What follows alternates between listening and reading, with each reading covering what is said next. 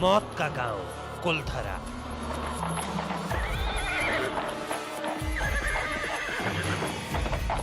जो गया वो वापस नहीं लौटा।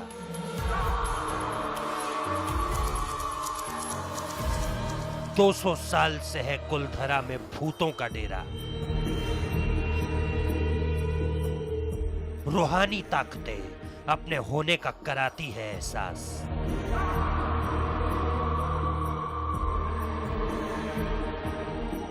आज भी आती है औरतों की चूड़ियों की आवाजें। टूरिस्ट प्लेस में बदल चुके कुलधरा गांव घूमने आने वालों के मुताबिक यहाँ रहने वाले पालीवाल ब्राह्मणों की आहट आज भी सुनाई देती है।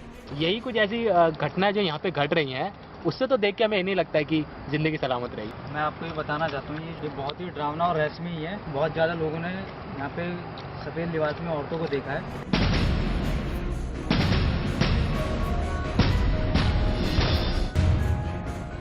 उन्हें वहां हर पल ऐसा अनुभव होता है कि कोई आसपास चल रहा है।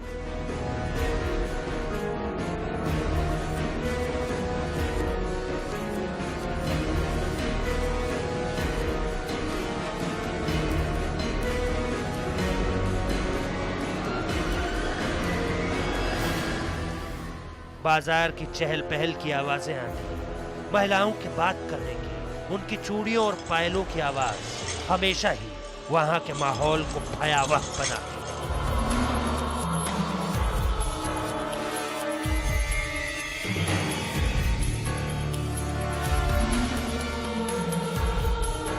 जबकि ये जगह पूरी तरह से खंडर में बदल चुकी है और बिल्कुल सुनसान है।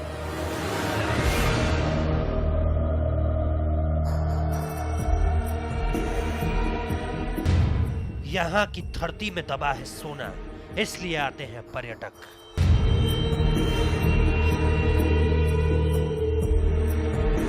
पर्यटक यहाँ इस चाह में आते हैं कि उन्हें यहाँ दबा हुआ सोना मिल जाए। इतिहासकारों के मुताबिक पालीवाल ब्राह्मणों ने अपनी संपत्ति, जिसमें भारी मात्रा में सोना चांदी, हीरे और जवाहरात थे, उसे जमीन के अंदर दबा रखा था।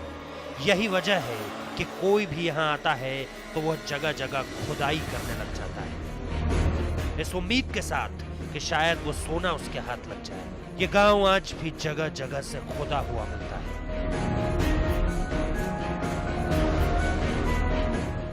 घर ऐसा कि रेगिस्तान में एसी जैसा अनुभव। कहते हैं कि इस गांव को वैज्ञानिक तरीके से बनाया गया था। यहाँ के घर रेगिस्तान की झुलसा देने वाली गर्मी में एसी जैसी ठंडक देते थे। हवाएं सीधे घरों के भीतर से गुजरती थी। घरों के बीच फासले को कम करने के लिए झरोखों की मदद ली गई थी।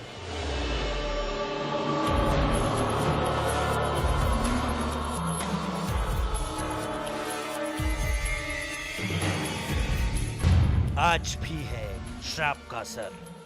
राजा, लगता है कि वो टाइम आ गया है कि अब हम शायद देख पाए कुछ। आवाज़ें तो मुझे भी आ रही है, बट राजन, मेरे को लग रहा है कि हमें अपनी ही जान देनी पड़ जाएगी लोगों को सच बताने के लिए। तो मेरा तो ये मानना है कि अब हमें यहाँ से चलना चाहिए, क्योंकि देखिए, जान है तो जान है, सच तो। लेकिन आज हम अपने दर्शकों को दिखा के रहेंगे। पालीवाल ब्राह्मणों के श्राप का असर यहाँ आज भी देखा जा सकता है। जैसलमेर के स्थानीय निवासियों की माने तो कुछ परिवारों ने इस जगह पर बसने की कोशिश की थी, लेकिन वो सफल नहीं हो सके।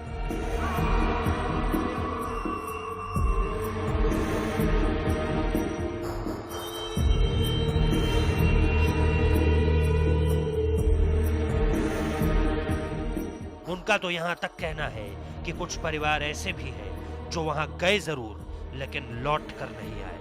उनका क्या हुआ, वे कहाँ गए, कोई नहीं जानता। तो राजा, आवाज आइए। रुक। राजा, आवाज आइए एक मिनट। मुझे लग रहा है कि भैया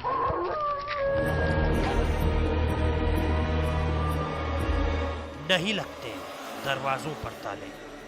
इन 84 गांवों में केवल कुलधरा ही ऐसा था जहां के दरवाजों पर ताले नहीं लगते थे।